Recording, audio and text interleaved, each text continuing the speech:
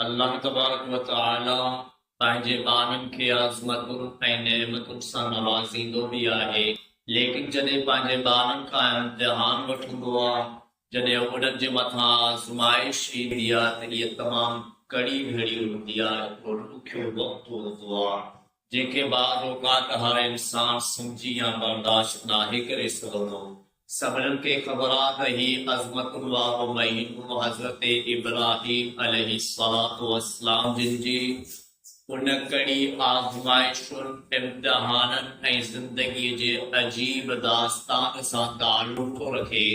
इहो उहो इम्तिहान आहे जेको तव्हां असांजे अक़ल में नथो अची सघे।